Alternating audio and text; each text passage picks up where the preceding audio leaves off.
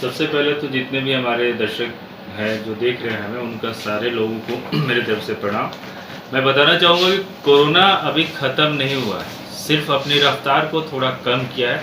Because आप लोगों ने इस समय बहुत ही संयम रखा।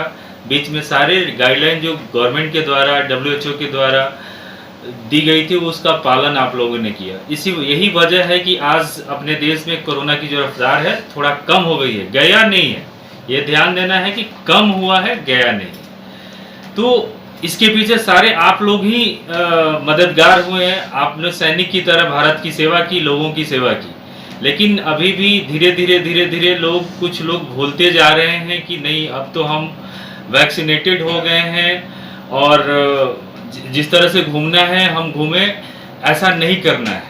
क्योंकि जब तक हमारे भारत का हर एक बच्चा तक को जब तक वैक्सीन नहीं लगेगा, तब तक ये कोरोना नहीं ख़त्म होने जा रहा है। और ये एकदम दिमाग में रखिए कि अभी जिस हिसाब से कोरोना जो टीका लगने का रफ्तार है, वो अगर ऐसे रहा, इस रफ्तार से रहा, तो अभी 2 से 3 साल लगेंगे सारे लोगों में लगने में।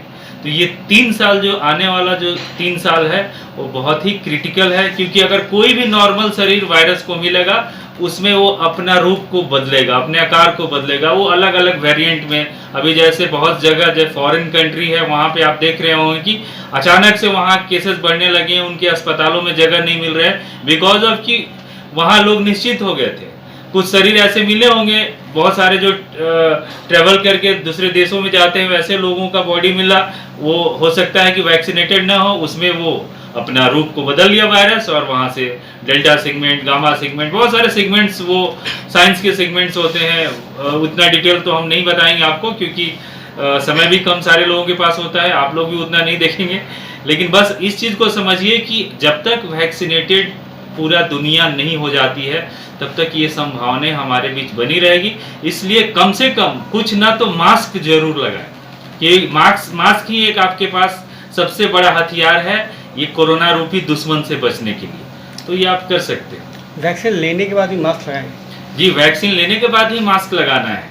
ऐसा नहीं है कि जो वैक्सीनेटेड आदमी है उसको वायरस नहीं होगा, उसको भी होगा।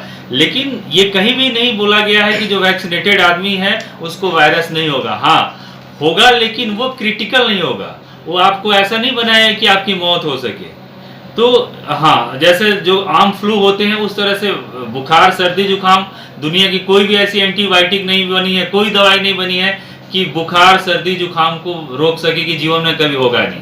बस वो जस्ट लाइक फ्लू होगा, लेकिन आपको और नुकसान नहीं देगा। हाँ, अगर आपके द्वारा कोई नॉर्मल बॉडी होगा तो वो स्प्रेड करके उसको ज़्यादा नुकसान दे सकता है। तो इसलिए मेरा यही कहना है कि आप कुछ नहीं कर सकते हो तो मास्क नहीं उतारें, मास्क तो जरूर अपने साथ रखें। और कोशिश करें कि जहाँ पे भीड़ भाड़ है, गैदरिंग वाला एरिया है, वहाँ अपने भी सुरक्षित रहें और दूसरे को भी सुरक्षित रखें और गाइड करें कि नहीं भाई, थोड़ा इस तरह से नहीं रहना। जी सर, अपना परिचय दीजिए। मेरा नाम डॉक्टर राजीव सिंह हुआ और मैं Sai health care wellness centre Patna का निदेशक हूँ।